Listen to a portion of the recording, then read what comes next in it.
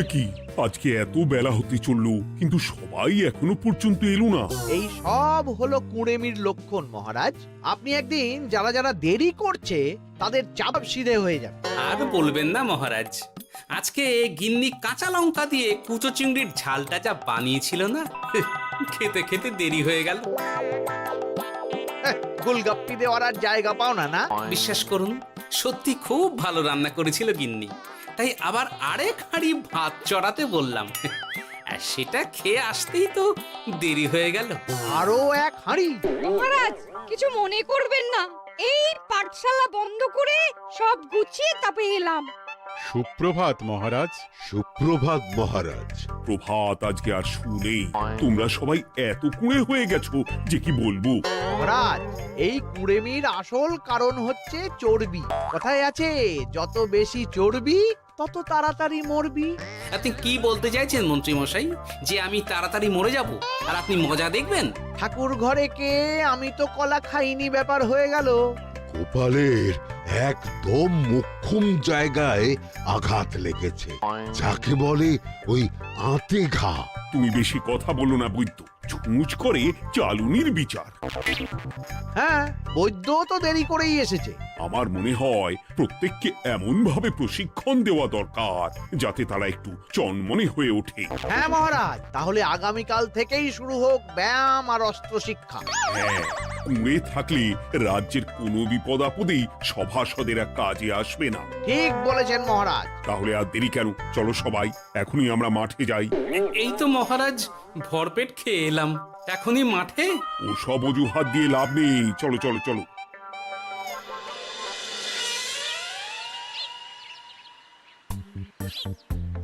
এবার সবাই সারিবদ্ধভাবে দাঁড়িয়ে পড়ো। এ কি, গোপাল কোথায়? মহারাজ, গোপাল আপনার পিছনে দাঁড়িয়ে আছে, চুপি চুপি। এই এই এই গোপাল, যাও যাও মাঠের মাঝখানে গিয়ে দাঁড়াও। এই চাঁদি ফাটা রোদে কেন মহারাজ সুস্থ শরীরকে ব্যস্ত করছেন? এইসব বাজে কথা শুনতে চাই না। শুয়ে বসে থেকে শরীরের কি অবস্থা করেছো? শরীরের নাম মহাশয়, যা সবে তাই সয়। তুমি যাবে না, তোমাকে এক্ষুনি বরখাস্ত করব। কি জ্বালা! যেখানে আমার সব কাজ বুদ্ধি দিয়েই হয়ে যায়, সেখানে গায়ের জোরের কি দরকার? হ্যাঁ, এই গোপাল, আমি 1 থেকে 3 অব্দি গুনবো, তারপরে সবাই এই মাঠের ধার বরাবর 5 বার পাক দিয়ে দৌড়বে। ঠিক আছে মহারাজ, আমি প্রস্তুত। আমি রোগা পটকা আছি, কোনো সমস্যাই হবে না। হয়ে গেল। সবাই প্রস্তুত? 1 2 3। কি হলো গোপাল, দৌড়াও দৌড়াও। মহারাজ, এর থেকে বেশি জোরে পারবো না। আই, কে আছো? একটা কঞ্চি দাও। এই সেরেছে।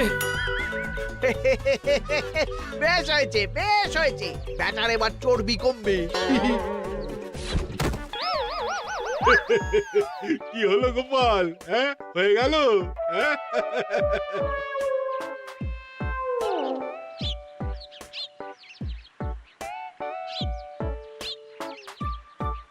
এই উল্টে উঠি, আমাদের দাদু উল্টে গেছে।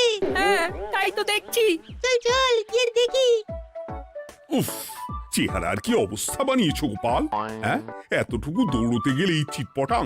তাড়িয়ে দিন মহারাজ, এরকম বেঢপ চেহারা সভাসদকে আমাদের দরকার নেই।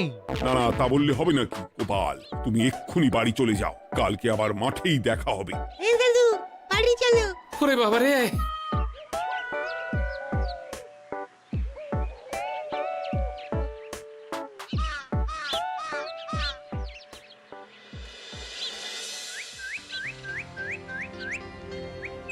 আরে ধুর ছাতার মাথা, তখন থেকে জল খেয়েই চলেছ। কি হয়েছে সেটা বলবে তো? শরীর চর্চা হয়েছে, শক্তি খরচা হয়েছে, আর পারছি না। উফ, বাপরে বাপ, কি পায়ে ব্যথা! এই জন্যেই আমি বলি বাপু, একটু বপুটাও নড়াও, কিন্তু কার কথা কে শোনে? ওরে বাবা, অকারণে সুস্থ শরীর ব্যস্ত করবো কেন বলো তো? বেশি নড়াচড়া করলেই আয়ু কমে যায়। তোমার এই বাজে কথা কোন শাস্ত্রে লেখা আছে শুনি? শাস্ত্রে কেন যাব, বাস্তবে জলজান্ত উদাহরণ আছে। আমি মানতে পারছি না। হুম, মানতে পারছি না বললে তো হবে না, তোমাকে মানতেই হবে। বেশ, প্রমাণ করো। আমি যদি তোমাকে প্রমাণ করে দিতে পারি, তাহলে আজ থেকে বাড়ির বাজার দোকান করার দায়িত্বটাও তোমাকেই নিতে হবে। দিদা, তুমি তো ফেঁসে যাবে, দাদুর সঙ্গে বাজি লড়বে না। এই বাদ দে তো, তোর দাদু আগে প্রমাণ করুক যে বেশি নড়াচড়া করলে বয়স কমে। হ্যাঁ তাহলে বাজি? হ্যাঁ, বাজি। আচ্ছা ঠিক আছে, বেশ। তুমি তুমি একটা পশুর নাম বলো তো, যারা খুব তাড়াতাড়ি দৌড়য়। ঘোড়া, হরিণ, চিতাবাঘ আরো আছে। আচ্ছা, এবার সবচেয়ে আস্তে আস্তে কোন পশু চলে, এরকম একটা পশুর উদাহরণ দাও। কেন, কচ্ছপ? এই তো পেয়ে গেছে উত্তর। এবার তুমি বলো তো, কচ্ছপ কত বছর বাঁচে, আর ঘোড়া, হরিণ, চিতাবাঘ এরা কত বছর বাঁচে? চিতাবাঘ, ঘোড়া কেউই 30 বছরের বেশি বাঁচে না, কিন্তু কচ্ছপ 300 বছরও বেঁচে থাকে। হেরেছে, হেরেছে, আমার বউ হেরেছে। উফ, জীবনের কত বড় চাপ নেমে গেল। হ্যাঁ, এই তুমি আমাকে এভাবে হারালে। তখনই বললাম দাদুর সঙ্গে বাজি লড়তে যেও না। নাও এবার খেলা সামলাও।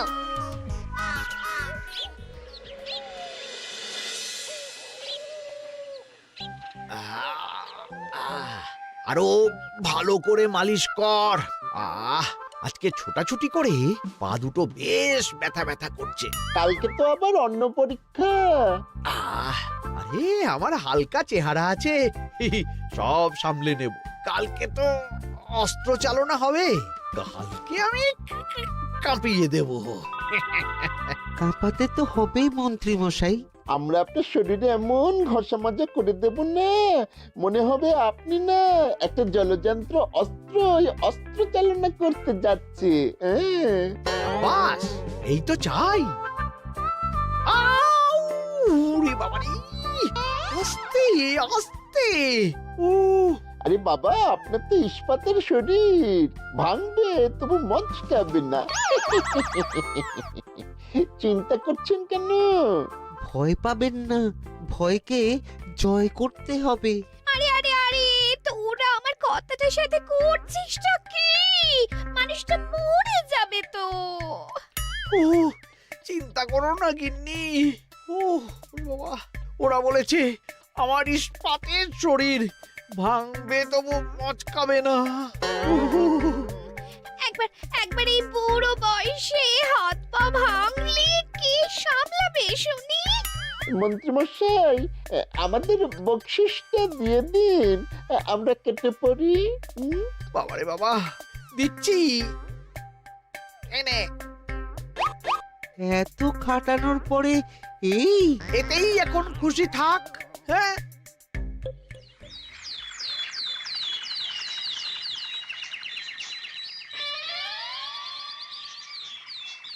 এবার তোমাদের সকলকে অস্ত্র শিক্ষা দেওয়া হবে। উফ, রোজ রোজ কি জ্বালাতনে পড়েছি, বাপরে বাপ। বাবা মা কাউকে ডাকার দরকার নেই, ভালো না লাগলে রাজসভা চাকরি ছেড়ে চলে যাও। মহারাজ, এটা তো উচিত নয়। যে যেটাই পারদর্শী তাকে সেটাই করতে দিন না। একটা বাঁদরকে যদি আপনি বলেন শিকার করে মাংস খেয়ে দেখা, সে কি পারবে মহারাজ? মহারাজ, গোপাল একটু বেশি কথা বলছে, ওকে আপনি বের করে দিন। আমি তোমার কথায় গলবো না গোপাল, তোমাদের সবাইকে এখন অস্ত্র শিক্ষা শিখতেই হবে। কর্তার ইচ্ছায় কর্ম, এখন তো আমার আর কিছুই বলার নেই। তাহলে আর দেরি কেন, তোমরা সবাই একটা করে ঢাল আর একটা করে তলোয়ার তুলে নাও। সেনাপতি, বলুন মহারাজ। তুমি সকলকে অস্ত্র শিক্ষা দেবে, তলোয়ার চালানো শেখাবে। এক এক করে প্রত্যেকে তোমার কাছে যাবে আর এক এক করে তুমি সবাইকে তলোয়ার চালানো শেখাবে। আচ্ছা মহারাজ, তাহলে ওই সবার প্রথমে চলে আসুন মন্ত্রী মশাই। হ্যাঁ, আমি প্রস্তুত। আমার শরীর ইস্পাতের মতো, ভাঙবো তবু মচকাবো না।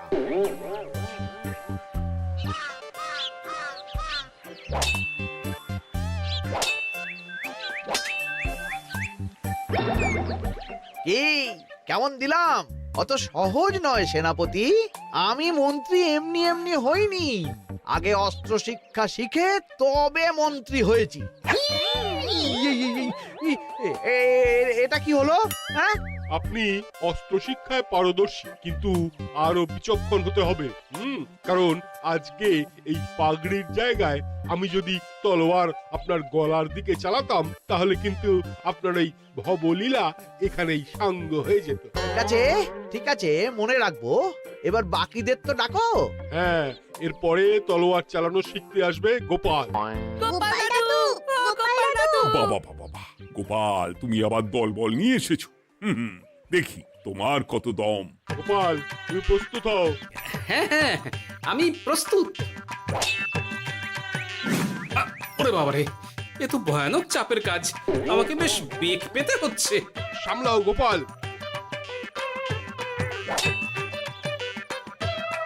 না, আমাকে অন্য রাস্তা দেখতে হবে। সেনাপতি, মহারাজের দিব্যি, তুমি আমার দিকে তলোয়ার ঢাল বাড়াবে না। এই এই, এটা কি হলো? সত্যি তো, এটা কি হলো? গেল গেল গেল গেল গেল গেল গেল, দুটিটা খুলে গেল গো। দেব নাকি এবার কুচ করে কেটে? জিতে গেছি, জিতে গেছি। এটা কি হলো? শত্রুপক্ষ কখনো কারো দিব্যি শুনবে না। আর সেনাপতি, তুমি কি ওখানে দাঁড়িয়ে দাঁড়িয়ে মজা দেখছো?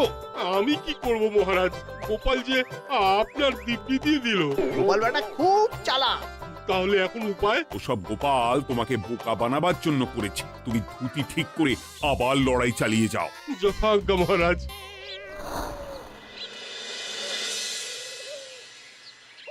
কিরে নেপলা, তোদের দিদা আমার জন্য কি রান্না করে পাঠিয়েছে রে? এই তো ভাত, আলু সেদ্ধ, এই পুঁই শাকের ঝোল আর রুই মাছের ঝাল। আর তোদের যে তোষক, বিছানার চাদর আনতে বলেছিলাম, এনেছিস তো? ওই তো দাদু, কুটির গুলটে আর বাকিরা সবাই ধরাধরি করে নিয়ে আসছে। ব্যাস, তাহলে তার কোনো চিন্তা নেই। খেয়ে একটা জব্বর ঘুম দেব, কারণ এখানে যা রঙ্গ দেখছি তাতে বিকেল হয়ে যাবে। তলোয়ার শিক্ষা আজকের মতন এটুকুই থাক। এবার শুরু হবে বল্লম শিক্ষা। সবাই আবার আগের মতন সারিবদ্ধভাবে দাঁড়িয়ে পড়ো। আহ, তোদের দিদা পুঁই শাকটা কিন্তু বেশ জব্বর বানিয়েছে। তোদের দিদার হাতের রান্নার কোনো তুলনাই নেই। আহা, কি স্বাদ! কি গোপাল আবার কোথায় গেল? এই তো মহারাজ, আমি এখানে ওই পুঁইয়ের ঝোল আর রুইয়ের ছাল দিয়ে ভাত খাচ্ছি। এসব কি মাঠের মধ্যে খাওয়া? আরে শরীরটাকে তো রাখতে হবে। তাড়াতাড়ি খেয়ে এইদিকে এসো। আসছি আসছি আসছি। এবার আমি তোমাদের দেখাবো কিভাবে বল্লম নিয়ে তেড়ে যেতে হয়। দেখান মহারাজ।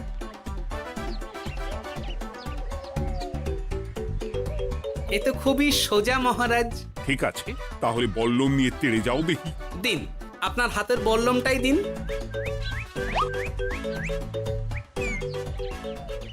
আরে আরে, গোপাল তো মাঠ থেকেই চলে গেল।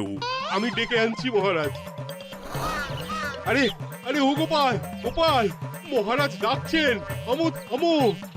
মহারাজ বলেছেন বল্লম নিয়ে তেড়ে যেতে। তেড়ে গিয়ে আবার ফিরে আসতে তো উনি বলেননি। আরে, এ তো মহা মুশকিল। উনি এক্ষুনি তোমাকে মাঠে ফিরতে বললেন। সেটা আপনাকে বলতে পারে সেনাপতি, আমাকে তো বলেনি। আমি চললাম।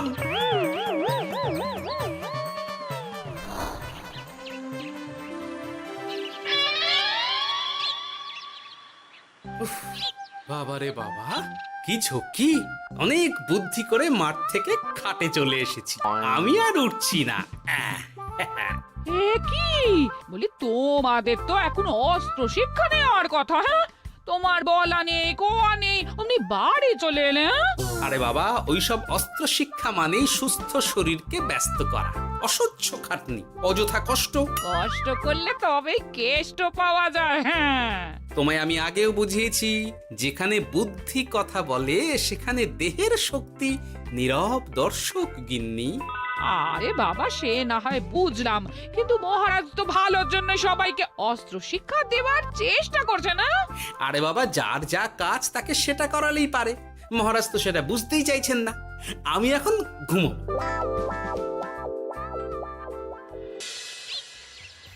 দরজা খোলো গোপাল, দরজা খোলো। গোপাল, গোপাল দরজা খোলো বলছি। ব্যাস হয়ে গেল। একটু শান্তিতে ঘুমাবো তার জো নেই। দরজা খোলো গোপাল। বলুন মহারাজ। তুমি কি পেয়েছোটা কি গোপাল? রাজসভায় দেরি করে আসবে, তারপর অস্ত্র শিক্ষার সময় ফাঁকিবাজি দেবে, এভাবে তো আর তোমাকে মনে হচ্ছে রাজসভায় রাখা যাবে না। মহারাজ, গোপাল তো মুখের কথার লোক নয়, ওকে তাড়িয়ে দিই। কেন মহারাজ? আমি কি এমন মহাপাপ করেছি যে আমাকে তাড়িয়ে দেবেন? এই যে আমার কথা শুনছো না, এটাই তোমার অপরাধ। অপরাধ নেবেন না মহারাজ। পণ্ডিতের দায়িত্ব পুজো করা, সভাকবির দায়িত্ব কবিতা বলা, সাহিত্য চর্চা করা, আর আমার দায়িত্ব হাসি মজা করে আপনার মন ভালো রাখা। কিন্তু আপনি আমাকে জোর করে যুদ্ধের ময়দানে ঠেলে দিতে চাইছেন। এটা আমার ইচ্ছে। আমিও তো মহারাজ ইচ্ছে করলেই অনেক কিছু করতে পারি। চোখ বন্ধ করে লক্ষ্য ভেদ করতে পারি, শুধু বুদ্ধি দিয়ে। আরে বাহ, এত বড় কথা! তাহলে মহারাজ, ওকে বলুন পরীক্ষা দিতে। কি পরীক্ষা? আমি একটা ঘরে বর্ম পরে দাঁড়িয়ে থাকবো। তোমার হাতে অস্ত্র দেব, আমার মাথায় একটা আপেল থাকতে হবে, আর তুমি কিভাবে আমার মাথা থেকে ওই আপেল ফেলতে পারো দেখবো। এ তো খুবই সোজা। কি গোপাল, তাহলে লড়বে নাকি বাজি? হ্যাঁ, লড়তে রাজি আছি। তাহলে আজ রাতেই হয়ে যাক পরীক্ষা। যদি এই পরীক্ষায় উতরে গেলে তো ভালো, নইলে তোমার চাকরিটা গেল। গোপাল, তুমি পারবে তো? সে দেখাই যাবে। আজ রাতে তাহলে রাজবাড়িতে দেখা হচ্ছে। যদি আমি এই পরীক্ষায় বিফল হই, তাহলে আমার চাকরি আপনি কেড়ে নেবেন, আর যদি সফল হই তাহলে মন্ত্রী মশাইকে শাস্তি দেবেন। আমি নিজে সারা কৃষ্ণনগরে নাক্ষত দেব। বেশ, দেখা যাক।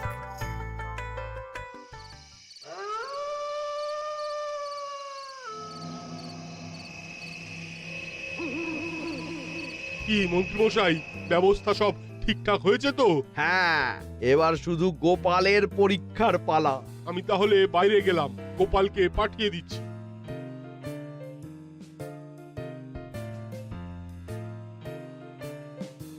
এবার যাও গোপাল, ঘরের ভিতরে যাও, দেখি তুমি কি করে মন্ত্রীর মাথা থেকে আপেল ফেলতে পারো। আপনি তো শুধু আমার চোখ ঢেকেছেন, আমার নাক মুখ কানও ঢেকে দিন, যাতে ঘ্রাণেন্দ্রিয় শ্রবণেন্দ্রিয়েরও সাহায্য না নিতে পারি। বেশ, তাহলে তাই হোক। আই, কে আছো? গোপালের মুখ নাক আর কান ঢাকো।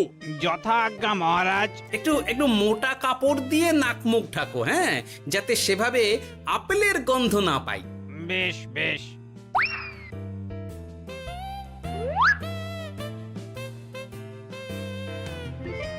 যাও গোপাল। গোপাল, এবার তোমার চাকরি গেল। এবার তুমি কি করবে? কি করবে? দৌড় ঝাঁপে ফাঁকিবাজি? হ্যাঁ?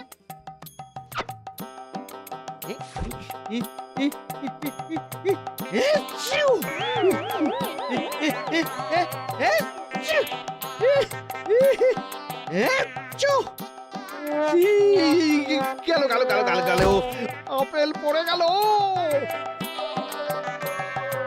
আপেল পড়ে গেল? মহারাজ, এর মধ্যেই গোপাল আপেল ফেলে দিয়েছে। ঘরের ভেতরে চলো।